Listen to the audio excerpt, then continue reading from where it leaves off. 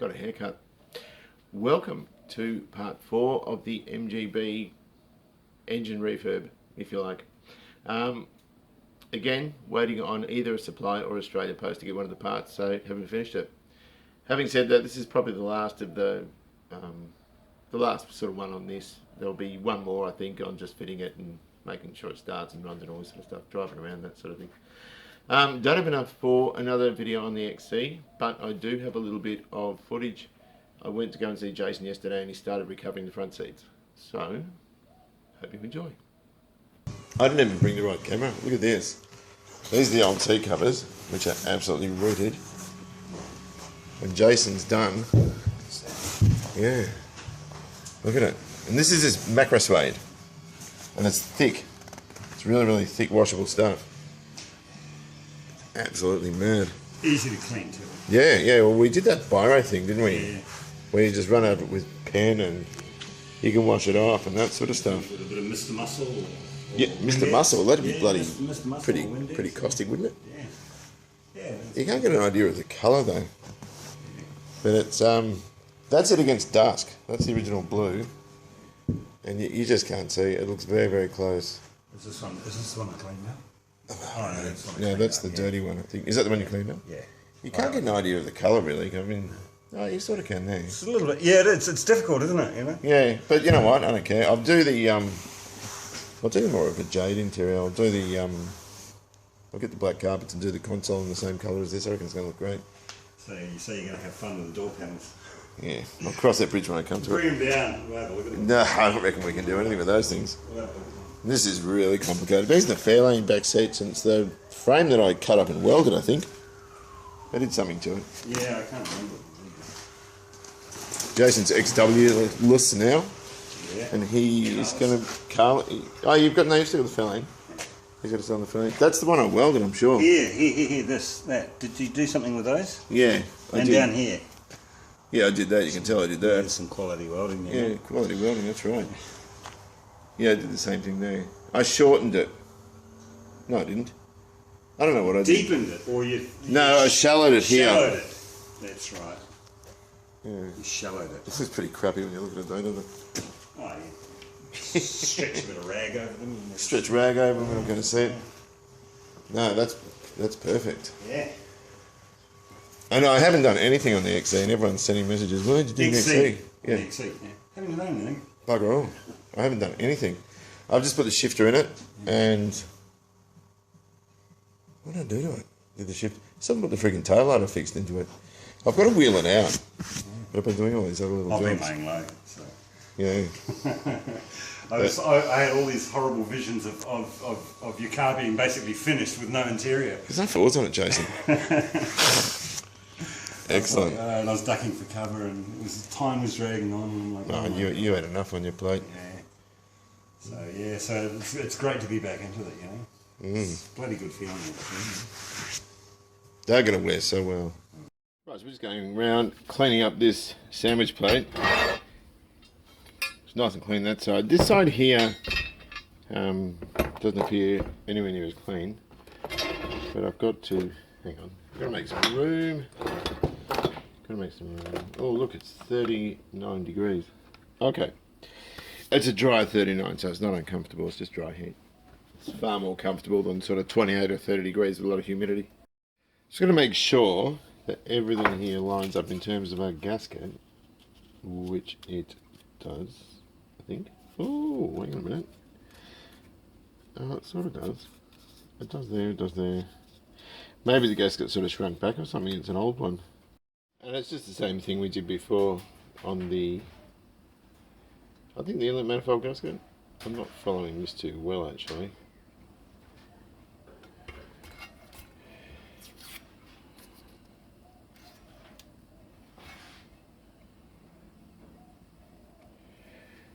It cleaned up absolutely spotlessly, although I've missed that bit there. I don't think that matters too much. I don't think you'll see any of that.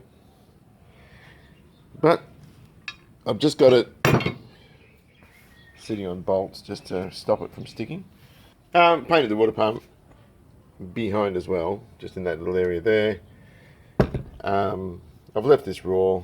I don't like the idea of those painted. I'd sooner have them raw so you get a nice level footing. For the pulley, of course, here's our pulley. Stuff the groove full of tape, just so that we don't get tape residue all over the belt. We've got a new belt for it too. And of course the breather cover. Done that very crookedly, but it doesn't matter. It's just nice having that bare for the hose to sort of fit over it. I think that's much better. Speaking about the manifold, I've sent the inland manifold off for, what do you call it? Hydroplasting. Cost $10. I went to pick it up before and the guy wasn't home, which was a bit of a pain. But I can grab that. The issue is my brother's away for the weekend and he's got the bolt to hold that breather cover on. It looked a bit like the bolt, it's a thread, it's fine. It looked like the one for the pedal box in his MGC, and I've given him the wrong one. Of course, it's locked up in his garage, so I can't get it at the moment. A couple of things here. On this engine, we had a bottom-end gasket kit, not a top-end one. Of course, I fabricated that one there. And the rock cover one, I think I said in the other video, came off the wall.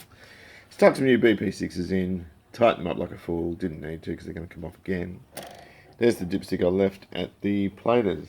Now that's a coil lead bit, the little rubber that sort of sits over there to protect from dirt falling in. I'd lost, or at least it was perished and kind of disappeared. Still to do something with this tap, and I've just got that sitting there. I'll put the dizzy in, leaving these loose so that it can center and I can locate the dog. They're brilliant, these things, they're very easy to put in. These O-rings, these two O-rings, the thick one and the thin one. Of course, the thin one goes here, the thick one goes under there. The best way to get them out, pardon me, is with a dentist filling tool. That's what that is there. And so you can get right in alongside the seal, if I can zoom in.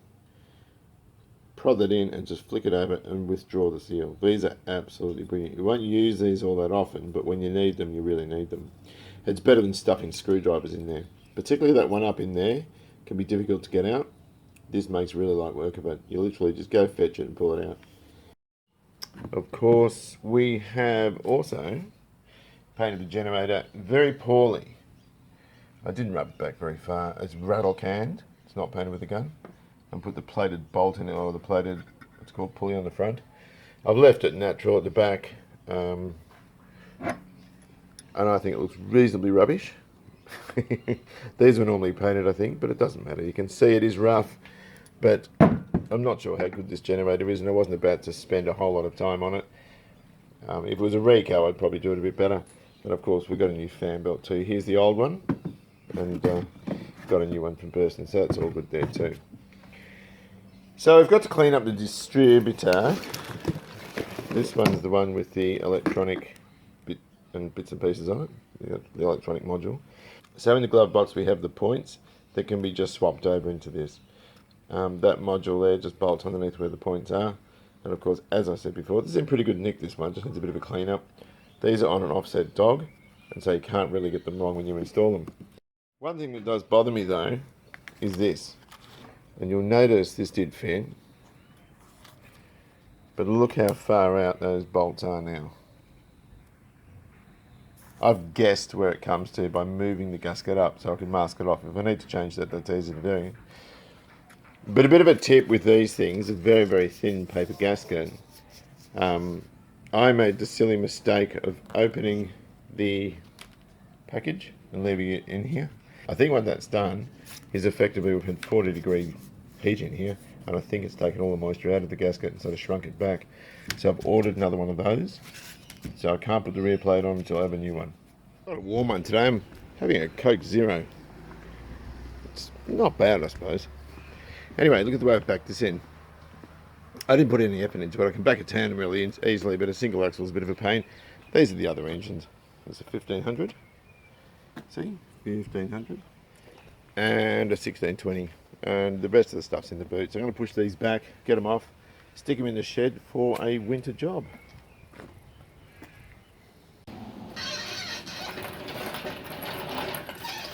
Oh, that's not good.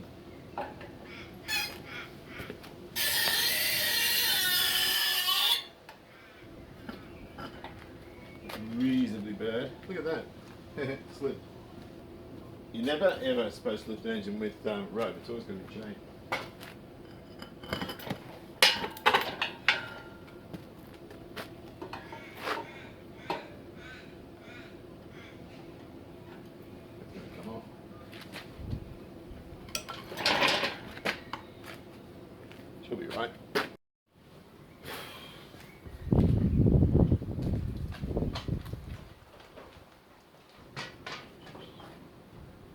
blow that out first. Give it some compressed air. It's got a lot of muck in the top of the cylinders.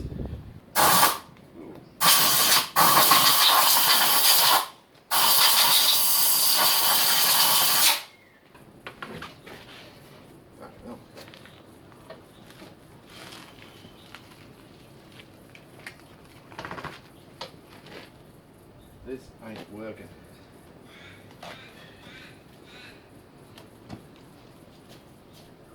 What do you reckon? A bit safer?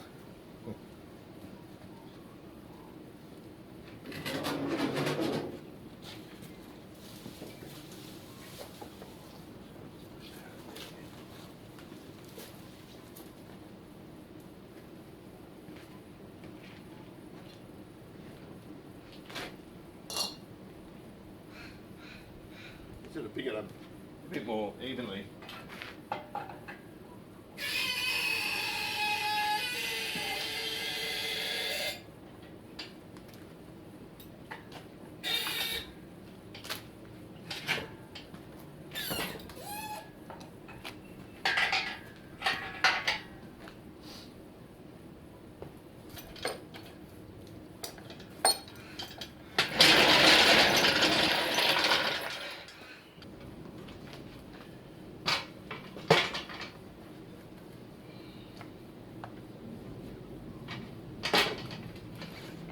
Right, well here we have our little B series. I've sort of banged some parts on them to keep them off the floor. There's our 1600 and our 1500. And I think they were selling motors like this for something like 50 bucks each. I gave them 200 bucks for all this stuff. They're a wonderful, wonderful club. I've got a bunch of other bits and pieces in the garage. So these will do in here for now. I haven't worked out what I'm going to do with them. I don't need them. But might be able to come up with a nice winter project for next year. I've got to finish the 750 off. I might sell that to fund the interior on the Plymouth. But I'm kind of looking forward to playing around with these things. I think they're going to be a lot of fun, and perhaps we can use one on a in a really silly capacity as an exhaust fan or something for the garage. Don't know, something really different, something pointless that's a bit funny. But at the end of the day, I want to get both of them running. I've got a spare cylinder head down there with all the springs and collets and all that sort of stuff, retainers and all that sort of thing in it, because the other semi-Rico head that was originally on this one is in the garage at the moment.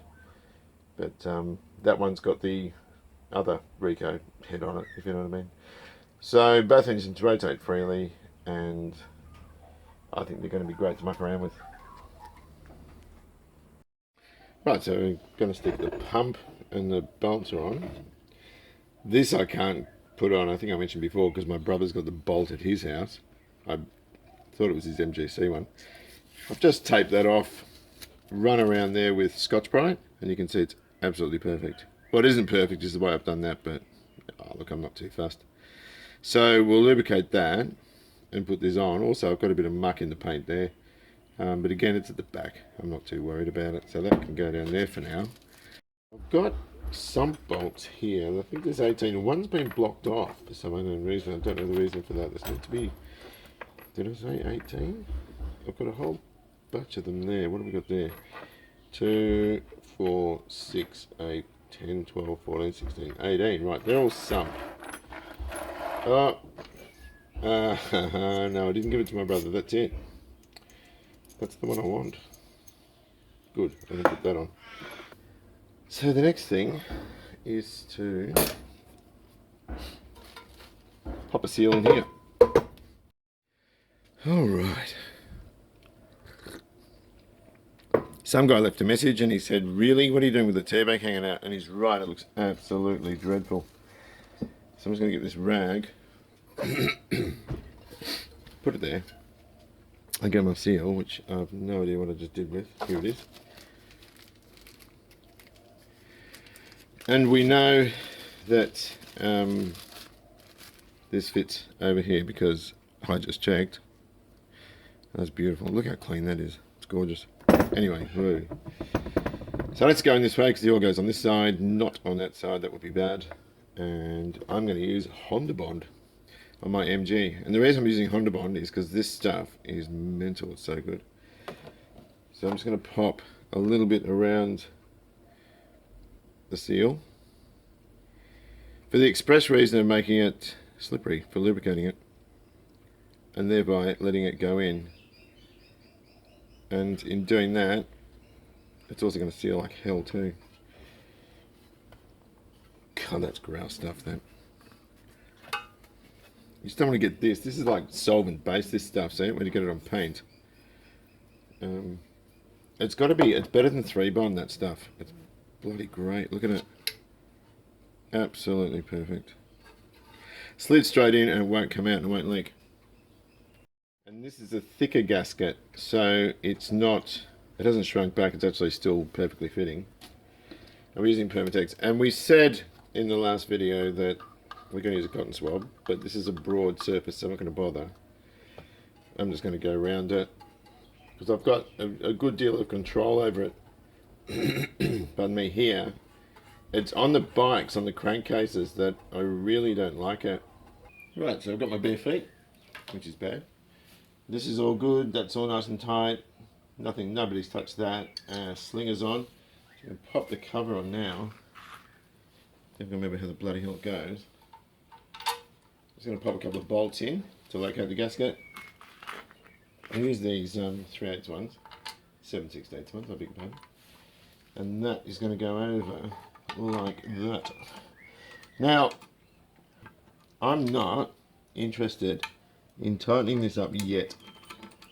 I want to centralise it with the pulley in first. And so I'm just going to leave it loose, but I'm going to get all the fasteners started, so that once the pulley's on, it'll just have a little bit of movement, not much, probably not enough to worry about, but it just means then it's going to be a better job. Look at this, I knocked it and there's a nick in the paint.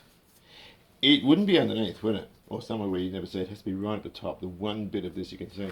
These are very cheap. It's very, very reasonable buying Imperial hardware, if you like. So I've got 1/4 inch fine, a box of 200 or something. That was like 20 bucks, it's not much. And new lock washers. I'm going to put new lock washers and flat washers on these. It's probably not, that's an original MG or BMC bolt, which goes down here, and just got to make sure that we use the short ones at the top where you can see them, because it looks pretty ratty. I've only got 2 though. I've no idea where the other one went. I think when I pulled this apart, there were long threads hanging out the back of the front plate. Got a really short one here because of the mount, and I've ordered new mounts, by the way. They're saggy and horrible. Cleaned them up and they're just not up to par. This long one, this is where it came from when I pulled the engine apart. It sort of came, it was either here or here. I think it was there. It looked pretty rank. I'm going to cut it. I don't like cutting bolts, but I'm not having 4 inches of thread hanging out the back. But at the end of the day, for now, it's going to be okay. The other reason I put flat washers in, of course, when you use a socket, it just reminded me, it doesn't sort of cut into the paint. It just gives them a much, much better look. But I can take this out once it's all sort of tightened up and modify it, sort of put it back so it looks tinier. But that is loose. All the fasteners are loose as a goose. And we're going to balance it. I've just put a bit of grease around the sort of seal surface, and there's only a little bit there. You don't need to put 4 cubic meters on, but the key is there. And well,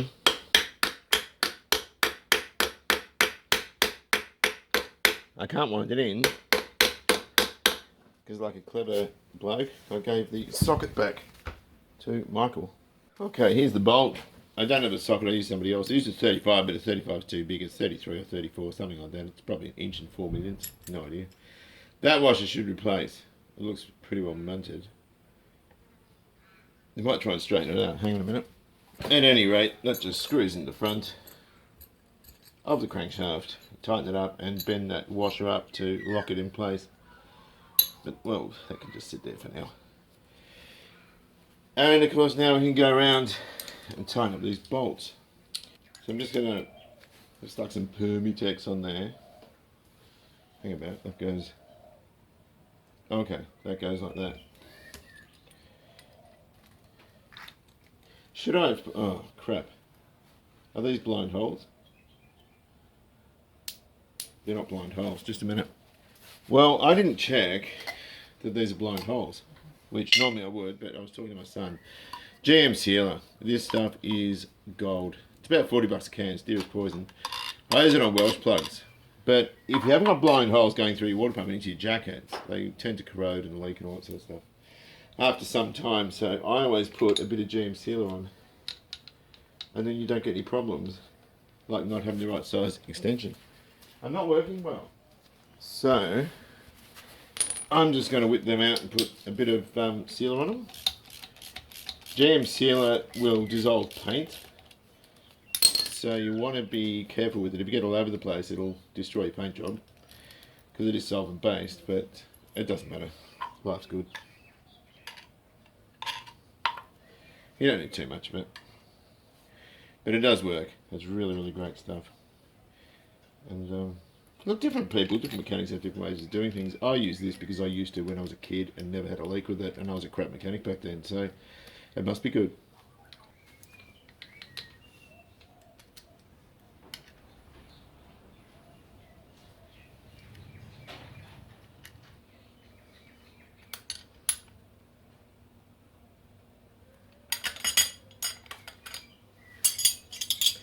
Got to chuck this generator on, and there's just no room in this garage. Did I whinge about that? I think they used Nylox initially, but oh, actually I've got to spin this around. What size is that? Let's spin that around like that. Okay. And this little bloke goes in there somehow. No, it doesn't. It goes at the front. Guess who's an idiot? And then we've got another one goes at the back. And it sits like that. Now, there's a little arm that goes on there as well. I stick flat washers and lock washers on. Actually, that's overkill. I'll just use these Nylox. That's what came out of it. You don't need a lock washer if you've got Nylox. Goes without saying. It's a real bummer. I went to pick up the inlet manifold yesterday, and the guy wasn't there. And he works out of his house, the Hydro Blaster. Have a look at this. I'm going to slide that off. Look inside it. Can you see in there? Absolutely mint. It's such a nice bit of kit. I love it. Anyway, the reason I've taken it off is to put this guy on here. After I get rid of that bit of snot. Hang on. Bits of denim, I think. I've done this a slightly different way. Put the Permatex on the thing. Which way does this go? That's that level there, isn't it? Give it a nip up. There we go. So I'm in the back of the XD, and I've got this. These covers are off Fairmont gear, and they've got this map pocket. Ford traditionally had these zips which you pull up to get the top cover off, and I've taken these off, and I've got to put the camera down. I can't do this with left hand. Hang on. Right hand. I need to take these off and hope and pray that there are zips there, because Jason needs them for the XC covers that he's doing, and traditionally I put these on because the original Falcon GL ones that didn't have these map pockets were all split, and so I need to see if these zips are here, and I just don't remember. I think they are, and we can dig that out from underneath and hope and bloody pray. Damn it, they're not there. Struth. I must have taken them off. They're always taken off. Damn. I don't remember how I did them. These seats are the originals in the car, and the covers are off a Fairmont gear that was wrecked. And I just changed the covers and put them on the original frames. These seats have a way of bending, if you get sort of overweight people in them, they're not that strong. The frames sort of twist on them, but I don't remember unzipping them off a feeling I unrolled them on and left the zips intact. I just don't remember. But that's got to be 10 years ago I put these in. Oh well. So much for that idea. So I ended up buying another couple of engine mounts. This is the old one. You can see it's a little bit distorted.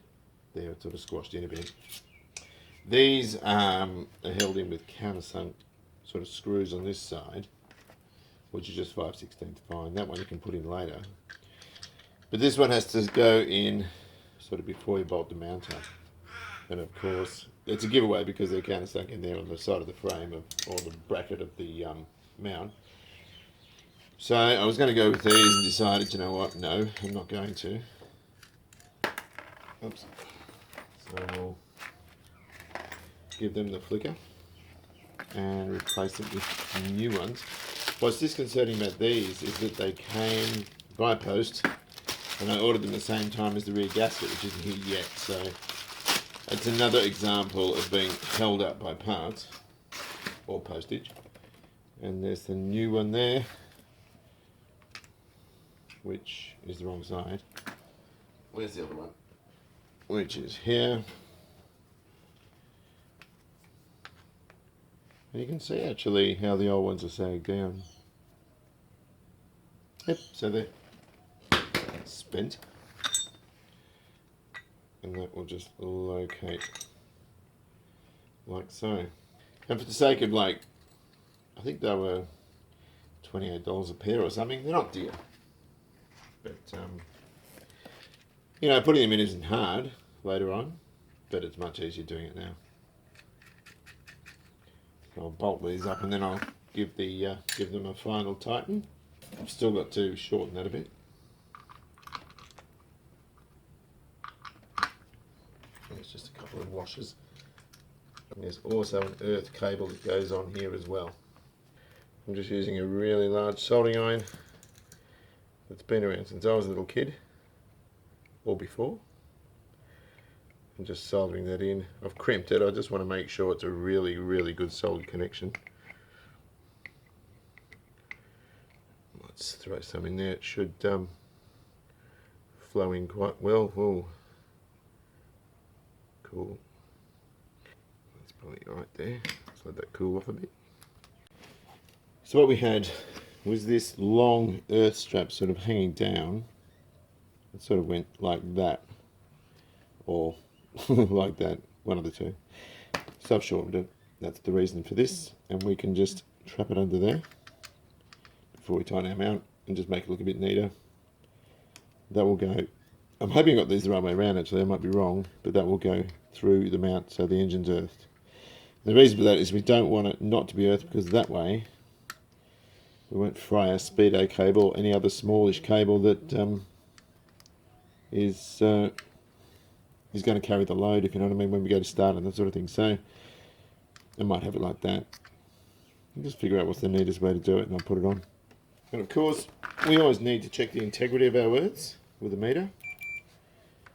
So just, that actually isn't working.